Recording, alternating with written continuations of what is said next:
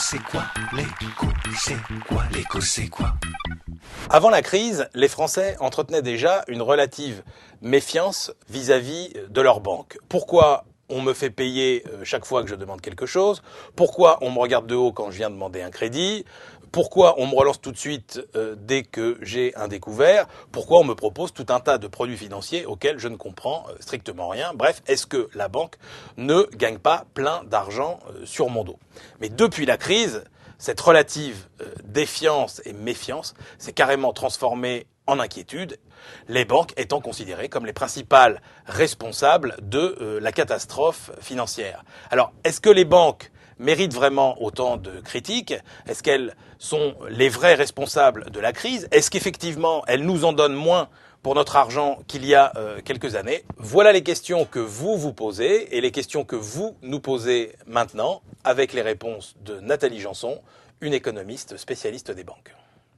J'ai l'impression que le monde de la banque, il est assez obscur et ils ont un jargon technique, les tarifs c'est très complexe et du coup on a un peu l'impression que le secret bancaire c'est même vis-à-vis des clients. Donc moi j'aimerais bien savoir notre argent quand il est à la banque, qu'est-ce qu'ils en font?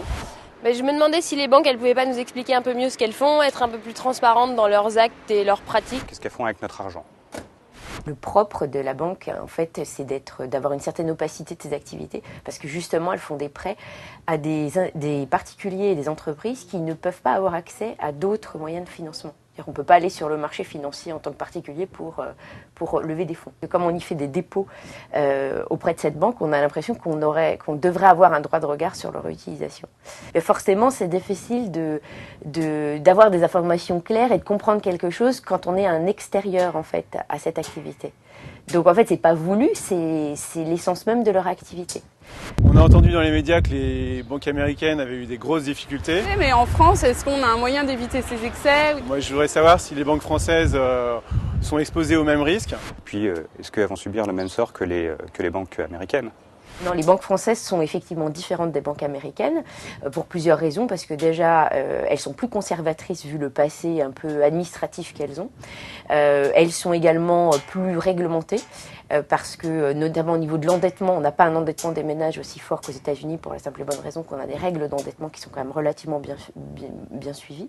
Et puis aussi parce qu'on est des banques universelles, c'est-à-dire qu'en fait on fait plein de métiers à la fois et que la force dans la crise aujourd'hui, c'était justement qu'une banque qui recevait beaucoup de dépôts des particuliers était plus stable qu'une banque qui n'avait pas de dépôts de particuliers. Ce qui s'est passé aux États-Unis. Je dirais on a été un peu moins exposés que les autres parce qu'effectivement, on a des masses de dépôts importantes, on est un petit peu moins innovant au niveau des produits qu'on propose aux particuliers, même si ces dernières années, on a eu l'impression qu'on nous a submergé de nouveaux produits. Mais quand même, comparativement à d'autres pays comme l'Angleterre ou les États-Unis, on est quand même, les banques sont beaucoup moins aventureuses. Et est-ce qu'on va encore découvrir des nouvelles affaires à venir? Les produits subprime, il y en a eu jusqu'en 2005, même 2006. Donc je dirais que par rapport au problème d'évaluation de ces produits, vers la fin de l'année 2009, on devrait être au bout des découvertes. Maintenant, là, il y a un autre sujet qui est soulevé, c'est celui de la transparence des pertes. Donc d'une certaine manière, ça voudrait dire qu'elles ne sont pas si transparentes que ça. J'ai l'impression que les banques ne font pas des efforts face à la crise, en tout cas de réels efforts. Est-ce qu'elles vont limiter les risques en diminuant les crédits et justement, pour les petites boîtes et les gens comme nous, limiter les risques au maximum. Aujourd'hui, en plus, si elle semble ne pas prêter assez, il ne faut pas oublier aussi que c'est parce qu'il n'y a pas beaucoup de demandes aussi de l'autre côté. C'est-à-dire on est quand même dans un climat de récession et les projets existants sont peu nombreux. Donc souvent d'ailleurs, les banquiers, quand vous parlez avec eux, ils vous disent que janvier, il ne s'est pas passé grand-chose au niveau de l'activité bancaire. Donc là, ce n'est pas faute de ne pas vouloir, mais c'est la faute de ne pas avoir de projet à financer.